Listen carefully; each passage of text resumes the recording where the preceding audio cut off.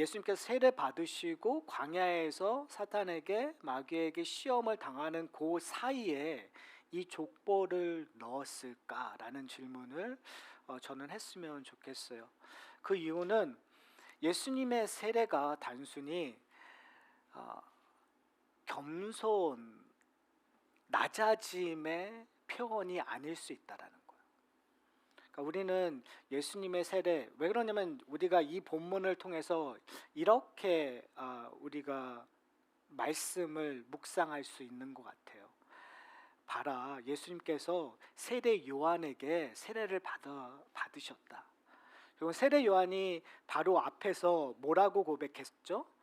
나중에 오실 이가 나보다 큰 이인데 내가 그의 신발끈 풀기도 감당하지 못할 것이라고 얘기를 했었어요. 나는 너에게 물로 세례를 주는데 그는 불과 성령으로 세례를 준다고 얘기했어요. 그러니까 분명히 예수님께서 더 나으신 분, 위대하신 분, 지금 누가복음은 끊임없이 세례 요한을 장치로 사용하고 있거든요. 무슨 장치예요? 오실 메시아를 준비하는 자의 장치로 사용하고 있어요. 그러니까 세례 요한하면 딱 떨어올라야 되는 것이 예수 그리스도거든요. 메시아이거든요. 그런데 왜 여기서 예수님께서 세례를 받으셔야 되는가요? 세례를 받으셔야 될 이유가 없어요.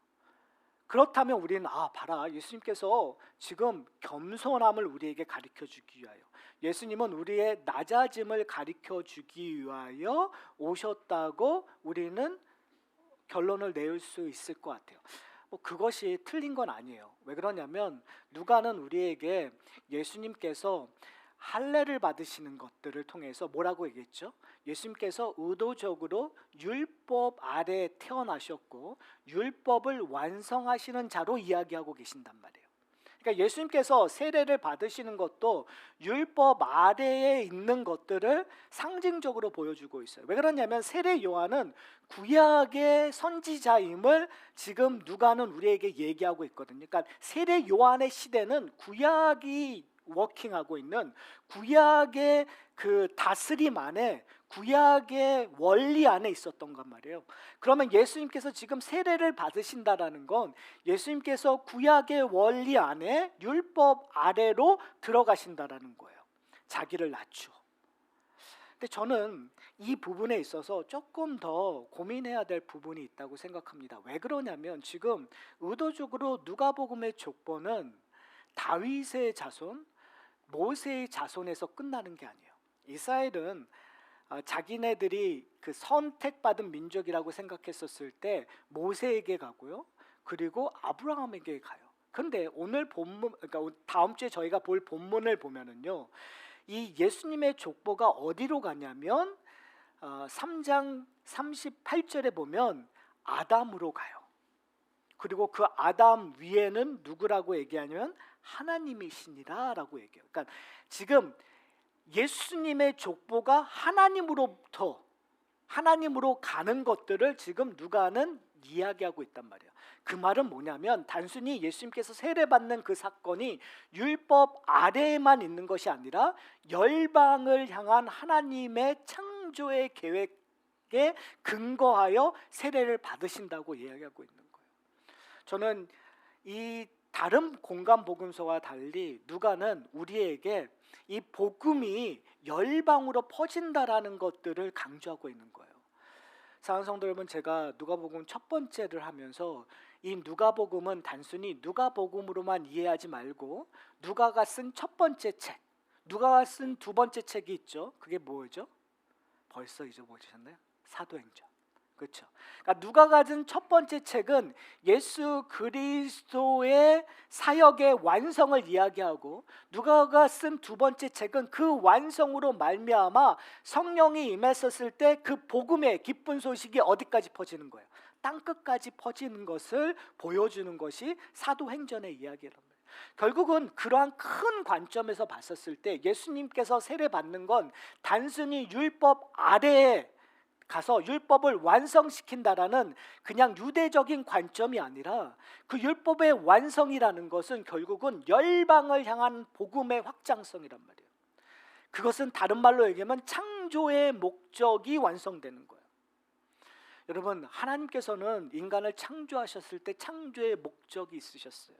창조의 목적은 하나님의 나라를 완성하는 거였어요. 근데 그 창조의 목적이 아담으로 말미암아 파괴되었단 말이에요.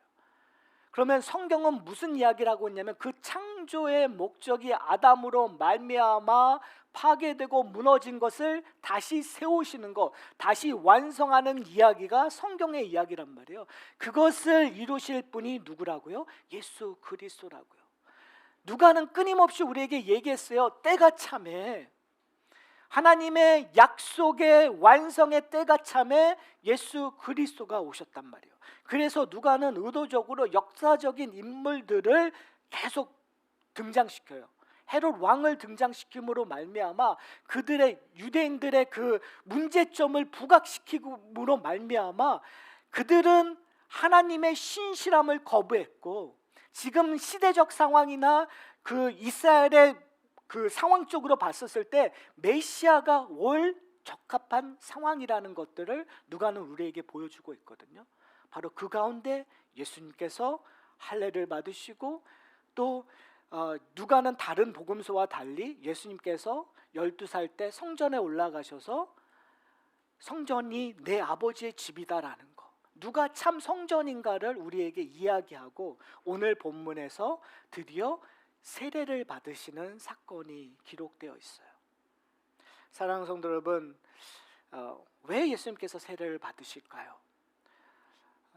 저는 이 세례라는 것들을 조금 더 성경 전체적으로 봤었을 때 어떠한 이미지가 있는지를 좀 발견하셨으면 좋겠어요.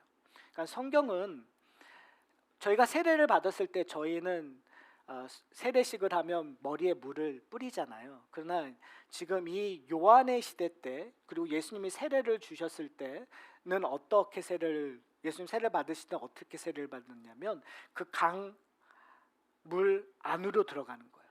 물 안으로, 그러니까 소위 말해서 지금 침례를 받는다는 형식처럼 물 아래 들어갔다가 나오는 것을 세례를 받는다고 표현을 해요. 저희가 세례식을 했을 때 물을 뿌린다라는 건 그러한 상징성을 다 포함하고 있다라는 거죠. 자, 그렇다면 왜 세례의 형식이 보여지는 그 이미지가 왜 물에 잠겼다가 다시 나오는 걸로 표현이 되었을까요? 그것은 구원을 상징하고 있는 표현이기도 해요. 성경에서 물이 잠겼다가 드러나는 것의 대표적인 사건이 노아의 홍수예요.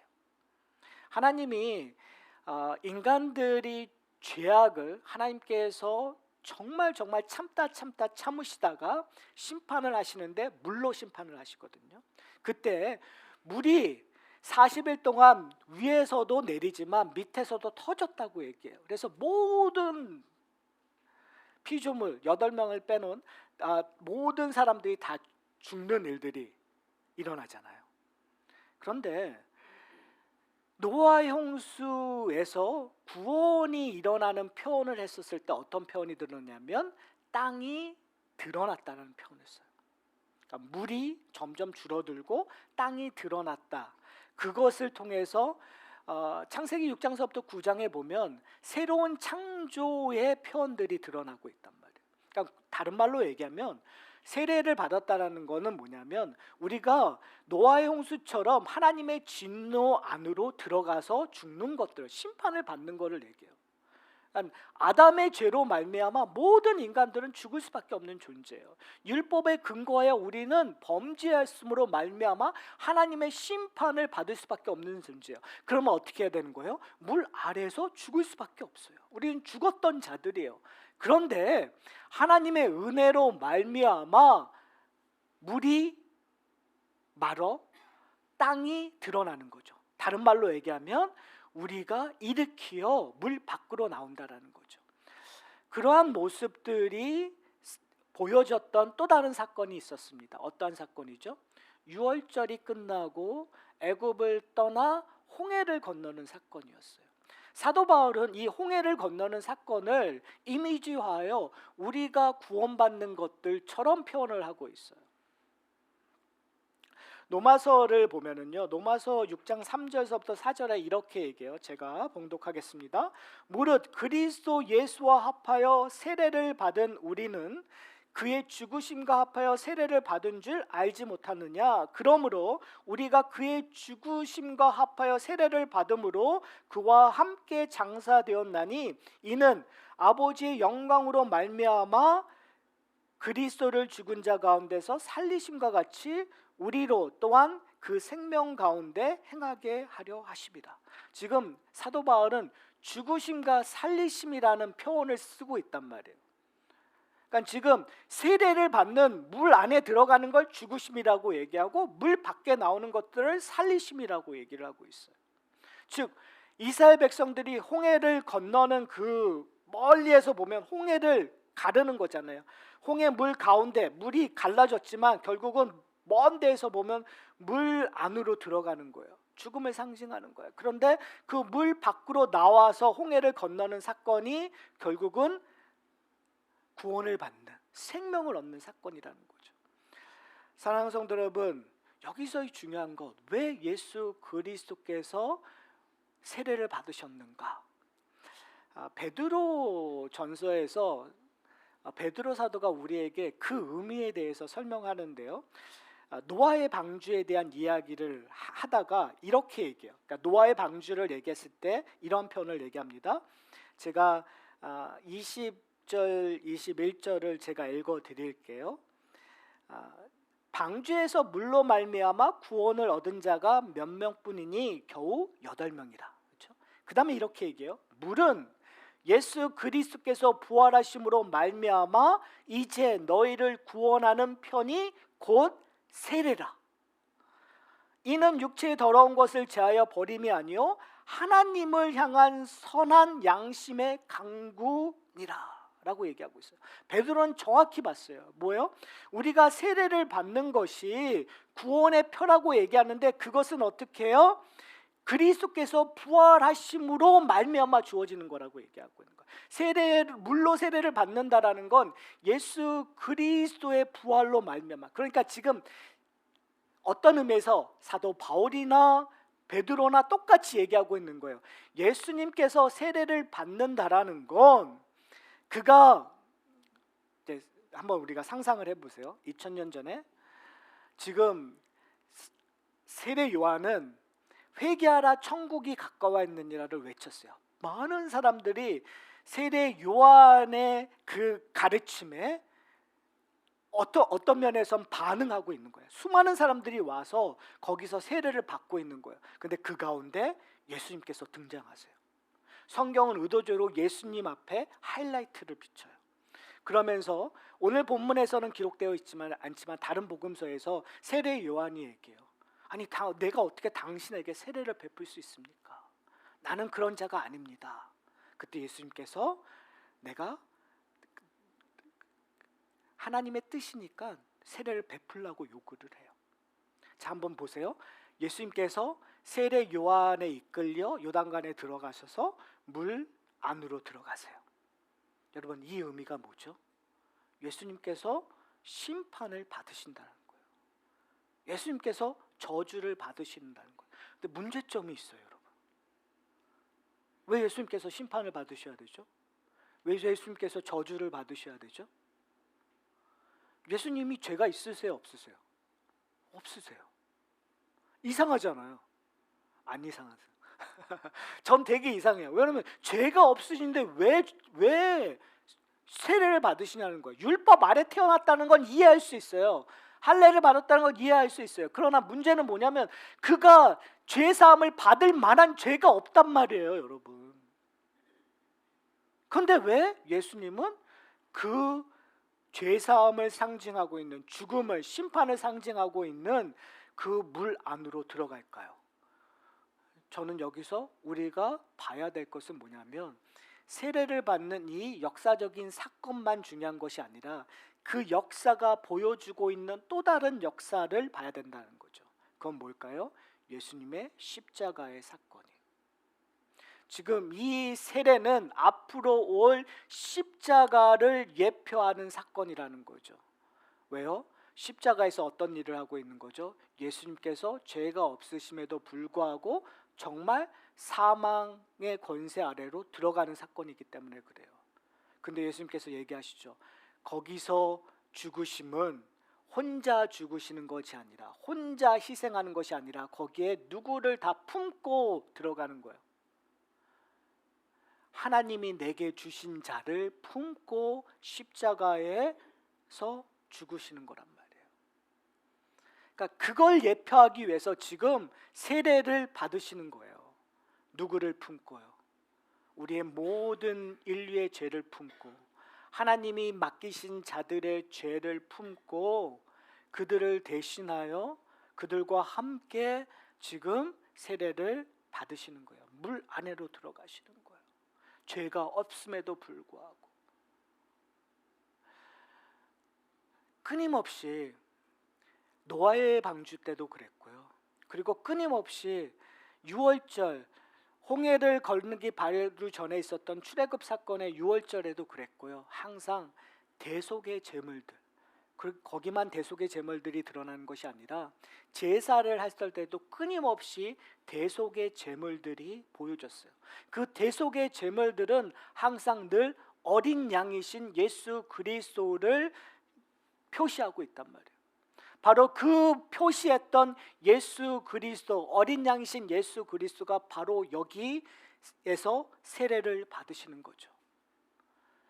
그리고 물 밖으로 나오세요. 그리고 놀라운 일들이 일어나요. 오늘 본문에서는 사실은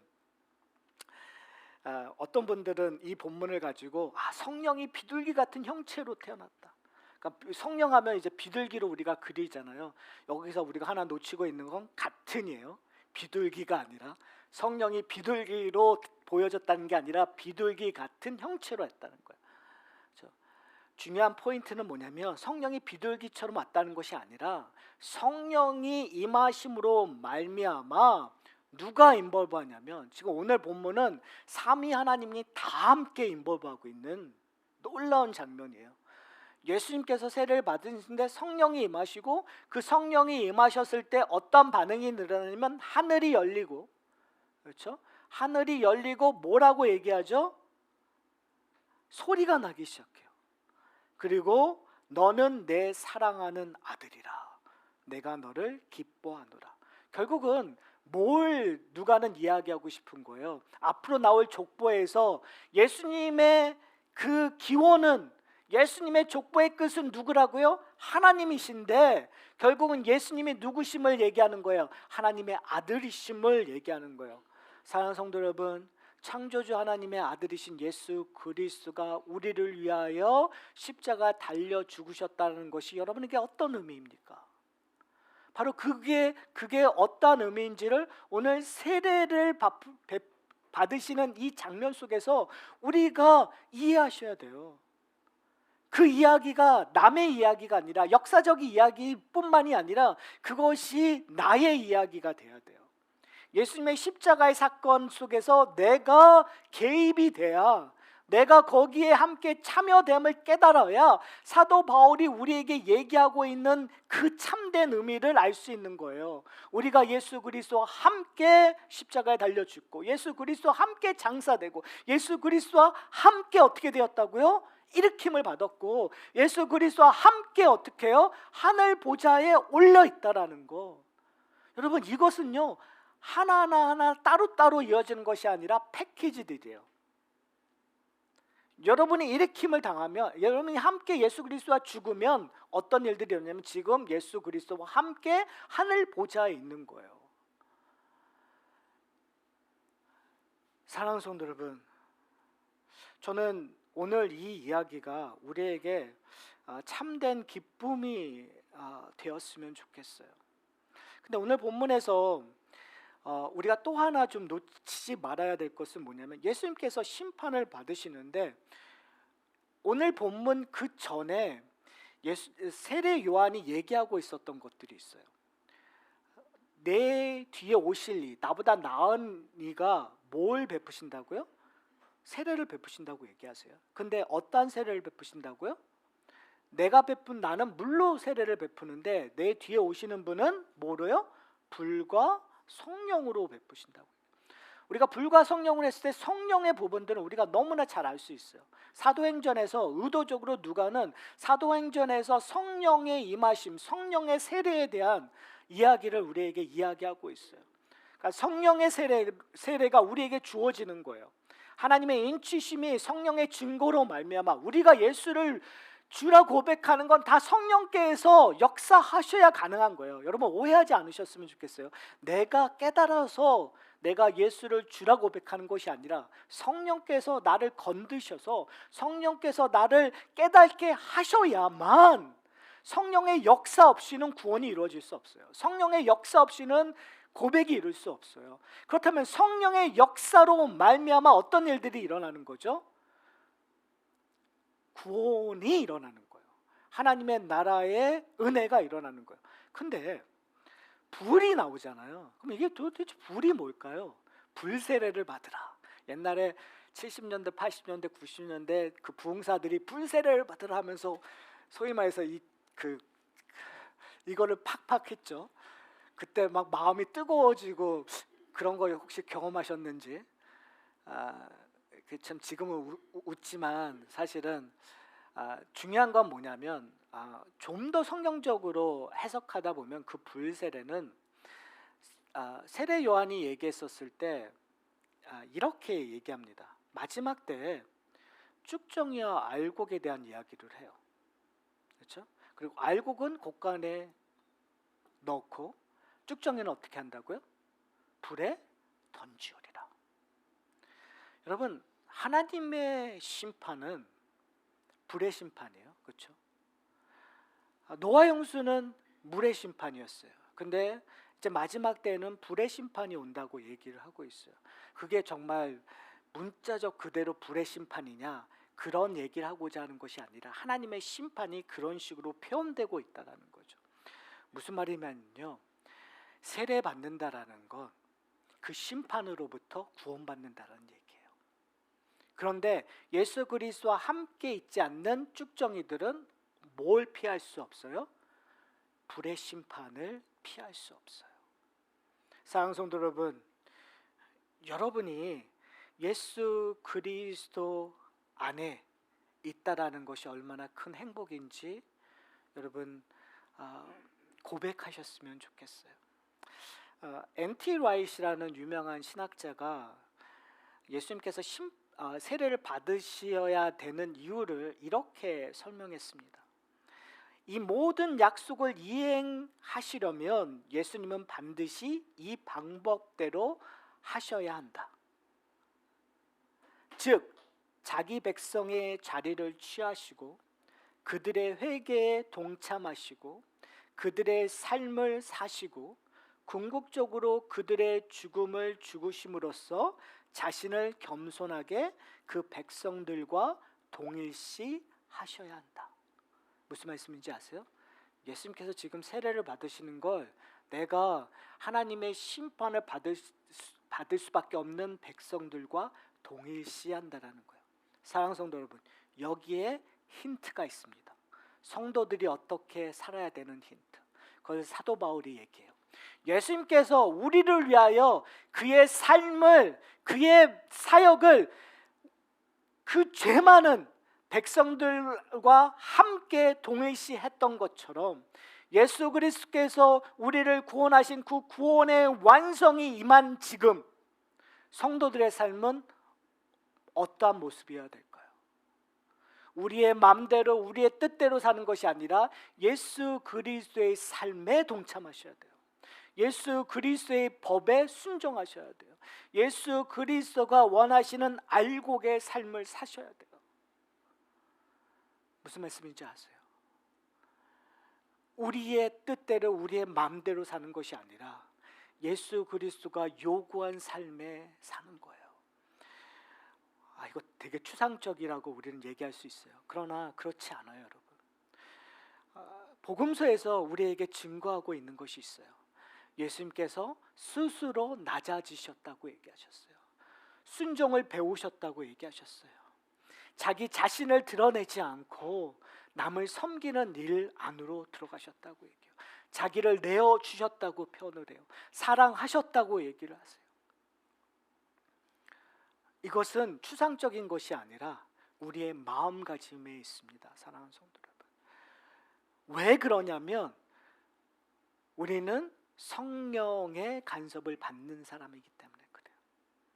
여러분, 물로 세례를 받으셨다고 오해하지 않으셨으면 좋겠어요. 우리가 세례를 받았을 때 당연히 목사가 물을 뿌려서 누구누구는 세례를 받았습니다라고 공포하는 걸로 우리는 세례를 이해하지 않으셨으면 좋겠어요. 그것만으로. 우리가 이해해야 될 것은 뭐냐면 성령의 세례를 받은 자란 말이에요. 성령의 세례를 받았다라는 큰 은혜는 뭔지 아세요? 성령의 간섭이 있다라는 거예요. 성령이 우리를 그냥 내버려 두지 않는다라는 거예요. 여러분이 그렇게 얘기하실 수 있어요. 내 마음대로 살 거야. 하나님, 결국 내 마음대로 내 인생 지금 이 자리로 이 모습을 했다면 나 하나님 없이도 살 수 있어. 그렇게 만약에 표현하고 있다면 여러분 참 오해하고 있는 거예요. 왜요? 하나님께서는 결코 여러분을 그냥 내버려 두지 않으세요. 여러분이 그렇게 표현하는 그조차도 하나님의 손길이 있기 때문에 그렇게 표현하는 거예요. 하나님의 붙잡으심, 성령의 간섭하심이 있다는 걸 놓치지 않으셨으면 좋겠어요. 왜 그러냐면 그걸 놓치지 않는 것이 우리에게 축복이기 때문에 그래요. 그러니까 그렇게 하나님 성령에 내가 반발을 하든 거기에 순종을 하든 반응하고 있다라는 자체가 축복이라는 거예요. 그러다 보면 성령께서 우리를 끌고 가시는 거예요. 내가 반발하면 반발할수록 성령께서 우리를 끌고 가실 거란 말이에요. 우리가 순종하면 순종할수록 하나님의 그 깊은 신비의 은혜 속으로 끌고 가실 거예요. 왜요? 그것이 우리의 신앙의 선배들이 살아왔던 길이에요. 우리의 신앙의 선배들이 내가 세상에서 큰 자리에 가는 것보다는 성전의 문지기가 되는 것이 내게 좋사옵니다라고 고백했었던 것들, 모든 것이 헛되고 헛되더라고 이야기하면서조차도 하나님의 안에 참 값어치가 있습니다라고 고백하는 그 진리 가운데 우리는 배울 것들이 있다는 사실입니다. 사랑하는 성도 여러분, 예수 그리스도께서 우리를 위하여 세례를 받으셨어요. 누가요? 하나님의 아들이신 예수 그리스도께서. 그가 우리같이 보잘것없는 아무것도 아닌 우리를 위하여 세례를 받으셨어요. 그렇다면 성령의 세례를 받은 우리가 예수 그리스도와 함께 순종하고 내 것들을 내어놓아 다른 사람을 돕고 섬기고 사랑하는 것들, 그것이 문제가 될까요? 아니죠. 그렇지 않겠죠. 오히려 그것이 우리의 능력이 되고 우리의 힘이 되고 우리의 기쁨이 될 것이라고 저는 확신합니다. 왜냐하면 성령이 우리와 함께 하시기 때문에. 사랑하는 성도 여러분, 이제 설교를 마치려고 합니다. 우리는 가끔 놓치고 있는 것들이 있습니다.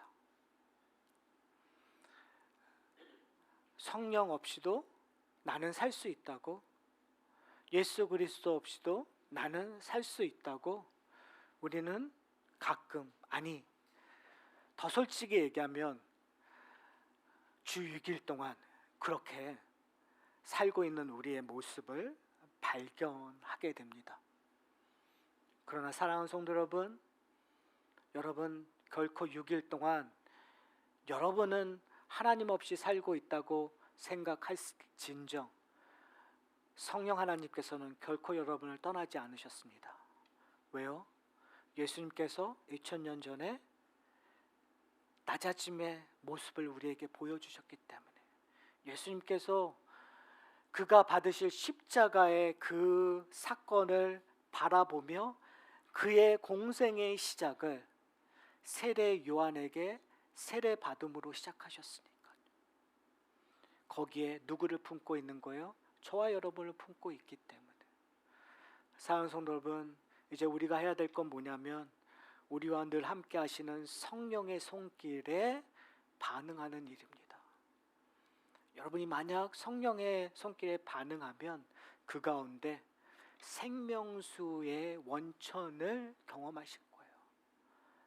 목마름의 해결이 될 거예요. 여러분의 무거운 짐을 내려놓게 될 거예요. 왜요? 예수 그리스도가 약속하고 계시니까요. 그 길에 우리가 함께 참여하는 저와 여러분, 여러분의 가정, 그리고 하산학교의 공동체 되기를 소원합니다.